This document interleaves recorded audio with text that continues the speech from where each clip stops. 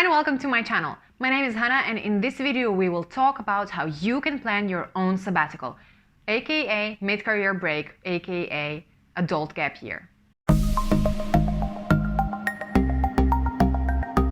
In my previous video, I was sharing my reasons to take a sabbatical as well as how I was able to take a year-long break from work. And right now I'm in a beautiful city of Batumi, Georgia, where I came to spend 3 months of winter because the weather here is amazing. It's 16 degrees outside. And this is where I'm recording this video. It's all part of the plan of my sabbatical year off. If you're watching this video, it is likely that you are thinking to take a sabbatical as well. You might be thinking, is this right time to do it and how on earth can I pull it off? I will share with you a few steps that you can keep in mind when you are preparing for your sabbatical. Number 1, the reason for your sabbatical. Usually sabbatical lasts from 3 to 6 months or up to a year, and there might be multiple reasons why you want to take a sabbatical. Maybe you feel stuck at work, you lost all the passion and you're just going through the motions. You don't see your next steps, you don't know why are you still there. Taking a sabbatical can be a good time to step back, reflect on your career and your life and decide what you want to do next. Or maybe you decided you want to change your field, and to transition into a new field you need to take some time off to learn new skills. Or let's say you want to pursue a creative project that you always wanted to do. For example, it can be a hobby, writing a book, starting your own business, or traveling the world. You may be also wanting to spend more time with your loved ones, for example, with your children or taking care of your family members. And finally, you can just be exhausted or even burned out, and you feel like this is the only thing that you can do to improve the situation. Whatever your reason may be, it's very important to be intentional with your time off. It's important to know what are your reasons, and it's important to know what kind of outcomes you want to get out of your time off. Number 2, plan your budget. It's very important to prepare yourself financially for your sabbatical leave. And if you don't have an employer that offers you a paid sabbatical leave for a couple of months, and most of us, we don't have such employers, we have to prepare for this ourselves. And how to do this? The first step in creating your budget is to calculate how much money exactly you need to live for a month. And if you have not been tracking your expenses in the past and you don't know this number, you can start now by tracking your expenses during the next 3 to 6 months. So every time you go out, every time you buy something, doesn't matter with your card or with cash or online, you have to put this amount in the money tracking app, and in the end of 3 to 6 months, you will have a pretty good picture what you're spending your money on and how much money you're spending.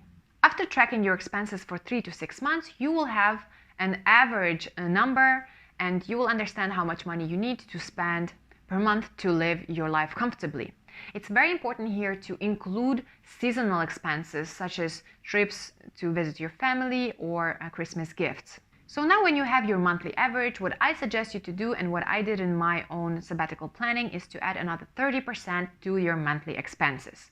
In this way, you will feel more psychologically comfortable with any unpredictable situation. For example, you can spend additional 30% every month if you want to, or if you're not spending it because you already should be having a pretty comfortable budget to work with, you can have additional money put aside every month, and then you have additional buffer budget in case of any unpredictable situation, or in case you want to take a trip, or you want to buy something, or you are looking for the next job a little bit longer and you still need a little bit buffer money in the future. And the last thing I suggest you to do is to add 1 more month of available budget for yourself. So for example, if your sabbatical is 12 months long, you would add 1 more 13th month for yourself. In my case, I decided to do this because I wanted to take a trip somewhere, a holiday, so that was enough money for me to cover that.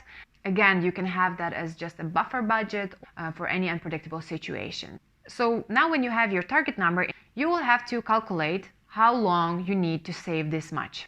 And maybe you already have some savings, or maybe you would need to save from scratch. So in this case, you have to put aside some money every month towards your target number. And the faster you can do it, so meaning the more you can save every month and put it aside to this target number, the faster you will be able to take your sabbatical. Number 3, communicating your decision.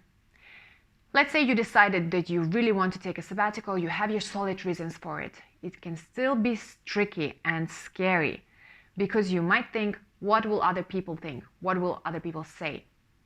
And it can be your parents, your significant other, your friends, your colleagues, your manager. What will they think of you? Are you lazy? Are you not able to cope with everyday stresses? Or are you irresponsible and just want to run away and chase your dreams? The truth is, all these people, every person, they all have a piece of the puzzle, but no one knows what's really happening with you. How are you feeling every day in your life? How are you feeling when you're sitting and doing your work? And what is happening in your mind and in your heart, what you would rather do, what you want to do in your future? And if the current situation you're in is not contributing to your desired future, it's only natural that you want to take a break, get yourself out of the situation, reflect on what's happening, and come up with a better plan to achieving the future you want to see. Every person around you can have different thoughts and feelings about your decision, but ultimately, the way they feel about your decision, it's more of characteristics of them and not you. And those people who love you and want the best for you will support you in your journey. When it comes to your work environment, your colleagues, your managers, your network, it's very important to keep warm relationship with these people and communicate to them why you decided to make such a decision, why is this important to you, and what you're trying to achieve. It's important to keep the door open so when you come back from your sabbatical, you can come back to your position if you wish to. Number 4, very important thing that I want to highlight is that you have to guard your time. When you're getting off from a busy work schedule and now suddenly you're waking up in the morning and you have nothing to do, it's very easy to start distracting yourself with unproductive things, such as scrolling social media, hanging out with your friends all the time, binge watching TV shows, or doing things around the house, running errands for your family, etc. And it's just natural, right? You just have all this time and other people are busy, so maybe you could do it. It's important to remember that when you were deciding to take a sabbatical, you had specific intentions and goals in mind.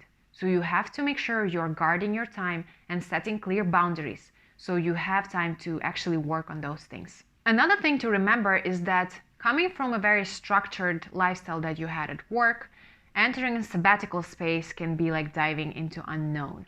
There is no highly structured schedules, routines, and expectations.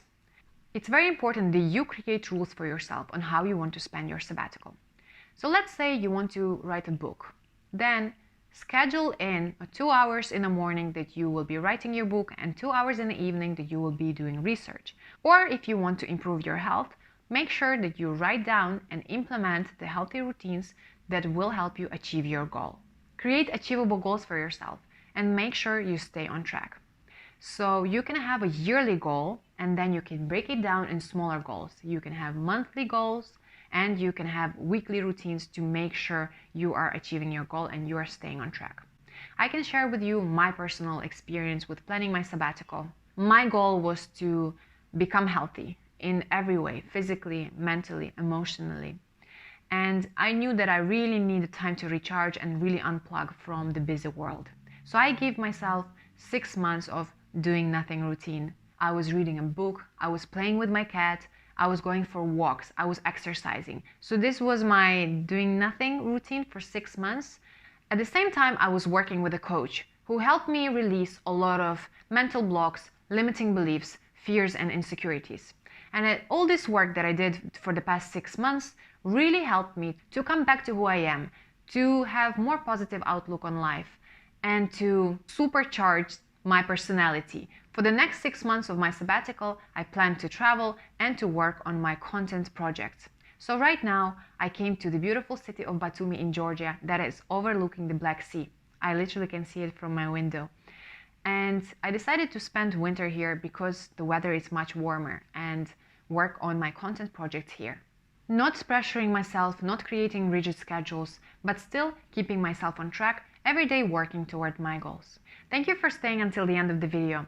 Let me know in the comments below what you plan to do during your sabbatical. If you like this type of content, please like this video, subscribe to my channel and hit the notification bell so you can be notified when my new videos go out.